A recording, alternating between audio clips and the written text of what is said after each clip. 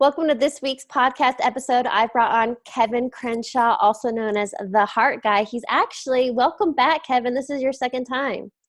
Yeah, it's been, how long ago was the first time? It was a while. Gosh. Yeah, it's been a while, but I love talking love and relationships, and you're the go-to guy. So thanks for joining me.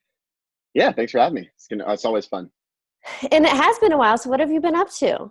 Yeah. Man, I was on a tour across all US and Canada doing live events and helping people basically find why they're not getting the love that they want in their life or in their love life.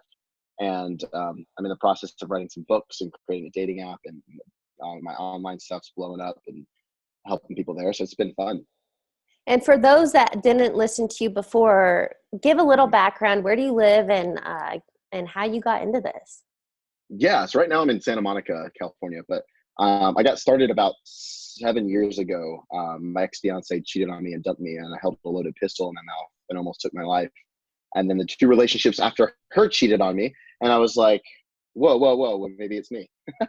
And I just became obsessed with love and relationships and why that happened and why it was so painful for me, because it really was like a prison that I was putting myself in, and I couldn't understand why I was giving so much love but nothing was coming back, so to speak, right? And you treated me like this, and I'm just showing up for you.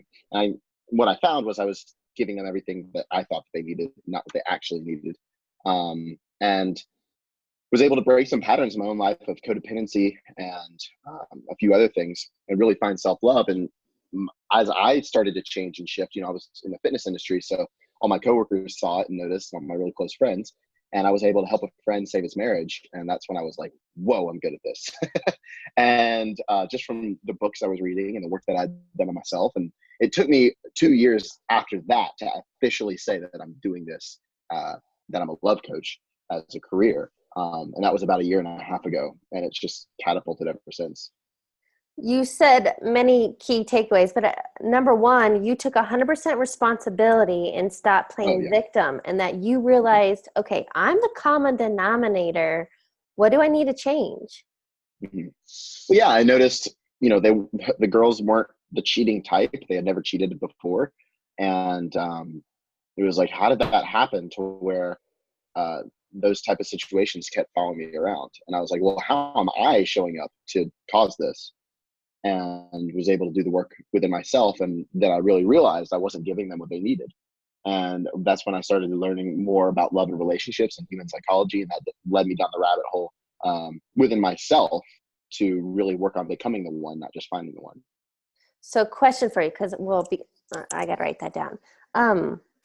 You say you weren't giving them what they needed. So are we talking, I'm not immersed in this like you are, but I read, for example, the 5 love languages, and I learned so much in that book because maybe is that what you're talking about? I was giving them what I wasn't speaking their language. The 5 love languages is the delivery of the need. Does that make sense? So women want to feel seen, understood, valued. And I wasn't really showing that and pursued, right? And I was kind of, like most guys do, where it's just like, okay, cool, like, you're my fiance now, so game over, I won, like, I don't have to keep trying. It's subconsciously, I don't know why that happens in men, but that's the psychology that's there. It's like, cool, okay, it's instead of a beginning, it's an end. And that kind of happened for me the first time. And then I also recognized that I was massively codependent. So I really wasn't even showing up for myself, and I was trying to show up and be the hero and fix things. And ironically, looking back at it, I was dating my now clients, right? Like people that I help now. I was trying to throw myself and save the day, and really was just neglecting myself in the process. What was codependency for you? For me, that was massive self-abandonment. I just wasn't present for me. I was looking for validation in everybody else but myself. So, a question for you: were you seeking to be fulfilled out. Is that what you're saying? You were seeking fulfillment outside of you from people to validate you rather than internal validation? Correct. Okay. It was that also. It was my happiness relied so heavily on the happiness of my partner at the time, right? And it was like it just consumed me, and I thought it was love, but it was just excessive neediness, really. And I think that that's for a lot of society today. We call it love, but at the like what's portrayed to us in Hollywood and a few other things is really just excessive neediness.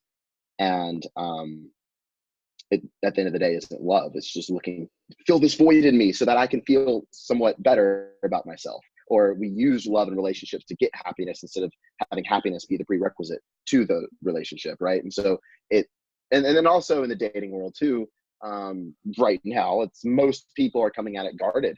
You know, we got our hearts guarded and we're just like, what can you do for me? Are you going to hurt me? Like, prove yourself. And, you know, but we can't really blame anybody because that's just with movies. It's what's kind of been portrayed as proving ourselves, and then you'll feel worthy of love. And that's not necessarily how it works with love. Love is something you allow, not achieve. Yeah. And that we're all deserving. But what you touched on there is especially movies, and I'm a rom-com girl. I love them. But it's like we're seeking someone to complete us. And I believe we're already 100% complete and whole.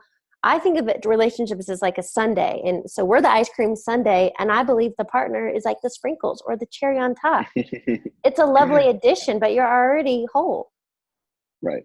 And I think most, just from what I found, you know, we can think that like consciously, but when you look at the patterns that have happened in your love life, you can see what your subconscious is telling you. You know, you can say, oh yeah, I'm worth it. Like, I'm such a badass.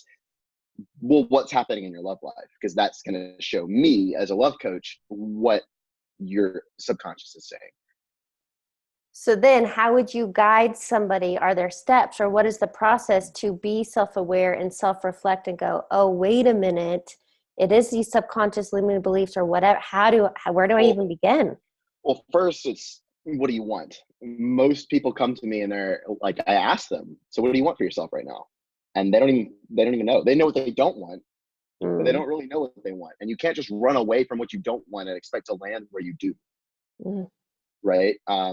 And so it's getting clear on, yeah, sure, running away from what you don't want, but then also running towards what you do want. And so when you get clear on what you want with a partner, and I'm talking values and morals and ethics, not just like their hair or what they look like, how tall they are, whatever, the deep stuff, right?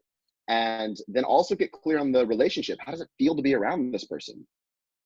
You know, what do you guys do together? What do you talk about? How do they talk about you when you're not around? Right? Like all these types of things matter. And then, you know, the relationship isn't found, it's co-created. So you have the second half of that. Now, how do I have to show up in order to co-create a relationship like this and have that person that I wrote about find me attractive? How do I have to show up in the world? And most of the time, it's a massive up level. And then that's then the work that I do with my clients after we kind of get that awareness on the gap of why you're not getting the love you want in your life. Then we go to work on you and becoming that person that you wrote about for yourself.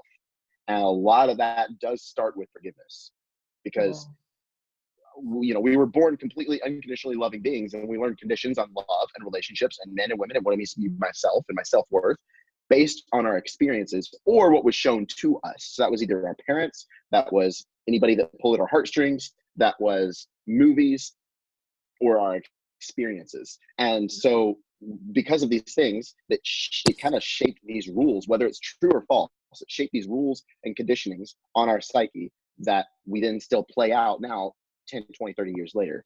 And so it really is going back to what you thought was just way back in the past, or stuff that you're clinging on to and holding on to, and learning to forgive so that you can set yourself free and choose a new conditioning for yourself, because we're always under a conditioning.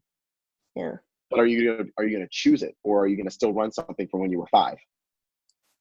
And this You might be know, new to some people. I'm curious, do you follow or are you aware of Dr. Niccole Lapera? She's a holistic psychologist on holistic Instagram. psychologist. Yeah. I love her, and she talks so much about reparenting and talk about Mhm. codependency and all the other issues in relationships. It does go back. You've got to do the work.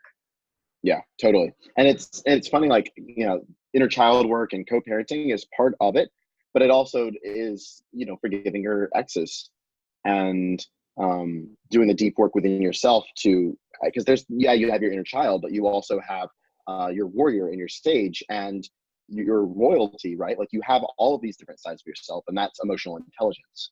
And Yeah. so as you raise your emotional intelligence, then you also raise your capacity to hold the container of a relationship. And I posted about it the other day on Instagram, how some people can't really handle a healthy relationship because they're too addicted to drama. Mm. We start things because it makes us feel, and we think we have to have that butting heads because subconsciously you link that to love. Or that in extreme cases, people that are in narcissistic or abusive relationships and can't get out of it, your psyche, your subconscious is linking that abuse to attention and love. There's nothing, so don't shame yourself. There's nothing wrong. Think about it like a computer. The computer's just saying it's false, but there's the computer saying, I get abused, I get hit, they love me. Okay, well, what caused that? Forgiveness, and then you can release yourself of it instead of just trying to will yourself to leave, because leaving to you means you're going to die to your psyche. In that scenario, it means that if I leave, I'm not going to have love anymore, and if I'm not going to have love anymore, I'm going to die, which is the primal part of your brain from when we were a tribal culture, like thousands and thousands of years ago, because we survived as a species because we stuck together. So if you were excluded or rejected from the tribe, you were most likely going to die if you were on your own. And that's still in the part of our brain. Okay, so I want to ask you something else. You brought up, in order to attract the one, it's becoming who you need to be. So can we break that down? Like, what does that even? I need to become somebody else. What? Yeah. So it's not, and I got to ask, I was on a podcast, I said that, and so they're like, well, I don't want to, somebody should love you for who you are. And I'm like, yeah, but don't you want to grow? So yeah, sure, it's who you are in the moment, but it's the path that you're going on. Are you growing or are you just staying stagnant? Right. And I think that's why a lot of what we're seeing right now is people that are married for X number of years and one person starts growing, the other doesn't, and they grow apart and they get a divorce. It's because they chose each other when they were both kind of stagnant, meaning not really working on themselves and growing personally. Does that make sense? So it's, yeah, sure, have somewhat of an aim, see as far as you can go to, my integrity, my values, my daily routines, and how I carry myself as a person, how I interact with the world, my thoughts, my emotions, my emotional intelligence, and what I want for the future. Am I going after it? All of those type of a thing will help you with becoming the one, instead of just like searching for, oh, this feels right. Like it's really coming at it from a higher state of perspective than just the physical. If that makes sense. So something else that is coming to my mind right now, thinking about this, is I believe also to become the one is really more or less to step into your authentic self. And to step into your authentic self means letting go of the conditioning and your limiting beliefs and playing small and people pleasing. And 100%. so letting go of all that shit to be who you are. So it's not, I understand what you're saying. It's not always about becoming, it's like Letting go. peeling back all the Yeah. layers that you're not. Right. And how you do that, by the way, I can hear people going, okay, cool, well, I'm working on that. Like, I'm doing good. Like, you can't will it away. You Yeah. can't be so validation seeking and just try to use your willpower to change that. It's through healing, which is, again, starts with forgiveness. That's not all of it, but it definitely starts with forgiveness. And that'll kind of like unravel things and kind of get the momentum going for you. And forgiveness, I want to talk on that real fast because I think a lot of people are like, I don't want to forgive. It doesn't make it right. Like they deserve whatever. And holding a resentment, holding a grudge is kind of like drinking poison and expecting the other person to die. You have to know that forgiveness does not make it okay or right. forgiveness just sets you free from whatever you're entrapping. It's the grudge that you're holding, or the belief that you're holding yourself onto. And it's like we want to just release the conditioning without forgiving because they deserve. Or, you know, if I stopped being angry, then that was for nothing. And I want to make sure it's right. Like, this needs to be right. And in extreme cases of forgiveness, that's where love is found. Love, that is, if you want to choose love over and over again, you have to love always and in all ways. That even means to the people that you think don't deserve it. And that's forgiveness. Love is a forgiveness game. I was talking on the phone earlier today with somebody who was having marriage problems, and you know, they were together, then they kind of like separated, and then she had a kid with somebody else, and then now they're kind of back together and they're trying to make it work. And I'm like, you can't look to the past and be like, oh, it was like this, so let's try to make it like that again. You have to look at what it is now, and there has to be massive levels of forgiveness if you do want it to work moving forward, right? And so it's not just forgiving the other person, but it's also forgiving yourself about what you're beating yourself up about, or what you did or didn't do or should have done or whatever. And that's why love quite literally is the answer, but love through forgiveness so that you can release the conditioning. So what you mentioned about like, okay, like I'm not my authentic self, people pleasing, or I'm procrastinating, I'm doing all these things. Most of us we try to beat ourselves up into being a loving person. Like our inner critic is so loud, we're just like, well, fuck, like you messed that up. Dang it, you needed to do this. Like you keep messing up. You're a piece of shit. You can't do anything, all right? And it's good intended. Now, I want you to know that your inner critic wants to protect you and wants you to do right. But a lot of times that voice just is keeping you suppressed and holding you down. So when you know that that voice is what's the best for you, you can love it away instead of trying to fight it.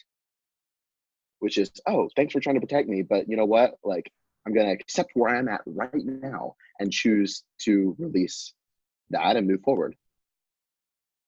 And it's in that unravelment of being present in the now and not comparing to our past that we actually become our authentic self. It's when you're fully present. So on this whole forgiveness topic, how do you even start? What do you do? Well, first you gotta identify if there's one person that, because I mean, forgiveness is not a one-time thing. First off, I want to say that, and most of the time we have multiple people we got to forgive, including ourselves. I start with my clients on self-forgiveness because that's the hardest. Because once you forgive yourself, then you'll very easily be able to forgive other people because you'll know how it feels to be forgiven. So one thing that I do with my clients is called mirror work. That's why there's a mirror back there, because I talk to myself in the mirror all the fucking time. And I said this multiple times on Instagram too, like lock yourself in a room for 30 minutes where nobody else is home. So like there's not any like, what are they thinking of me type of thing. And I want you to verbally out loud to yourself get 3 things.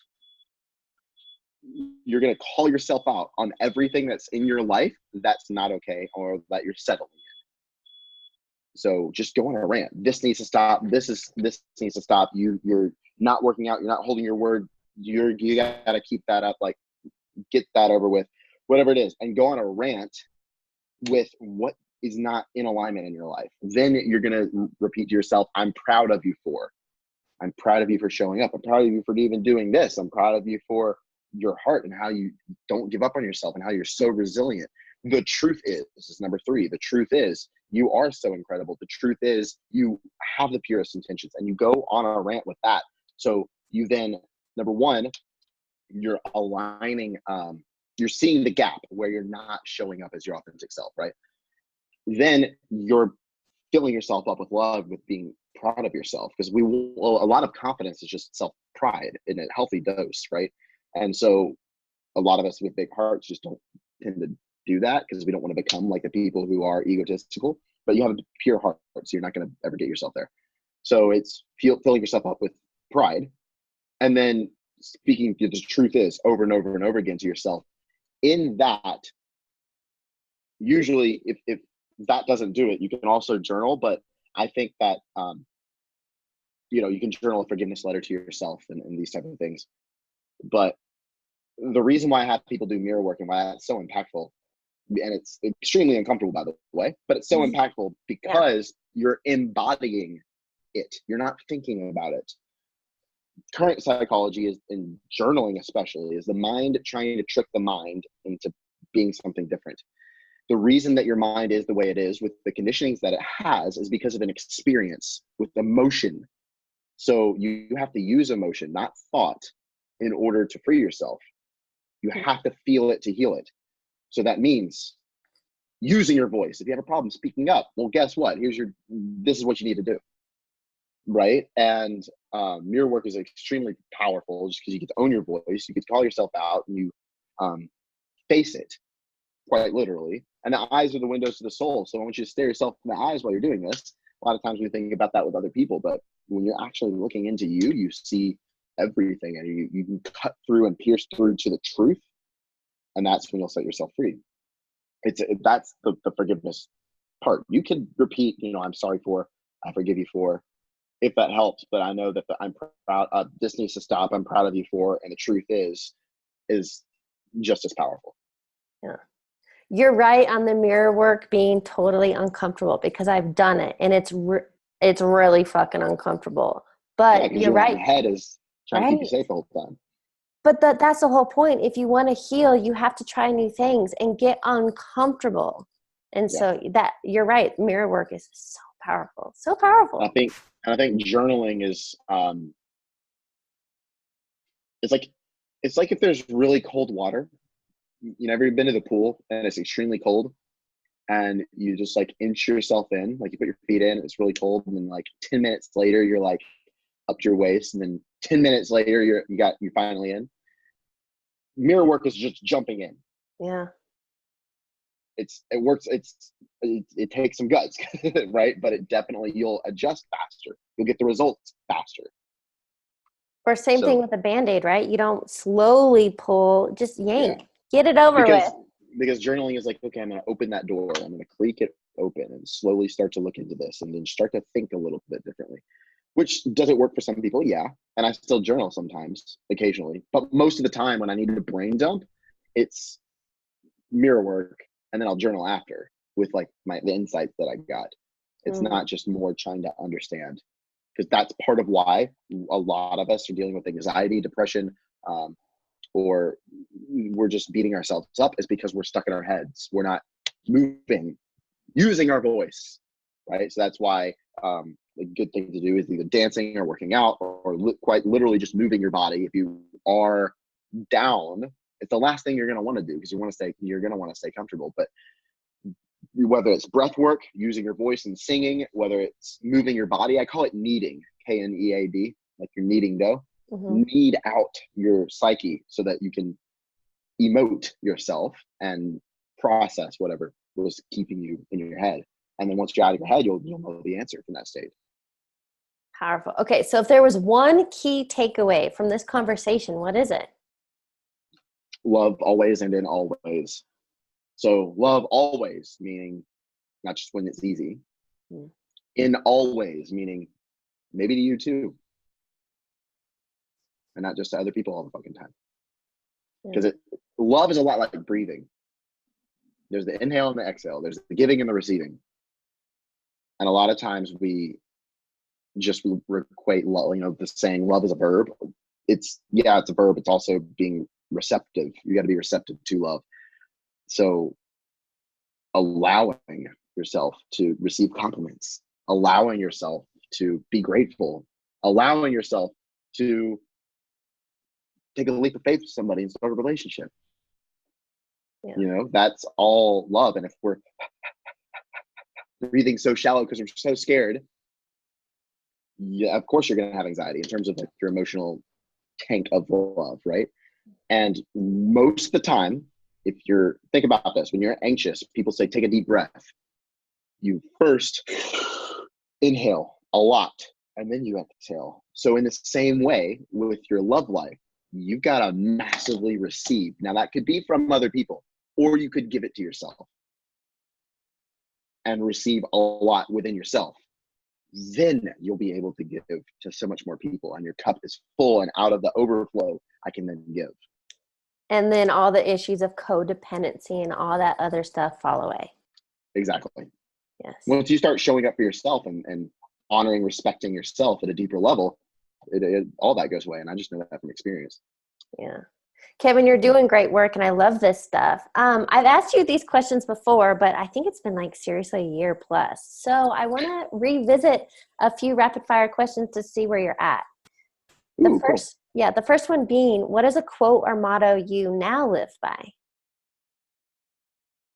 Quote I live by. I mean, my tagline is love always and in all ways. So there's that one. But I would say more recently, like in this season of my life,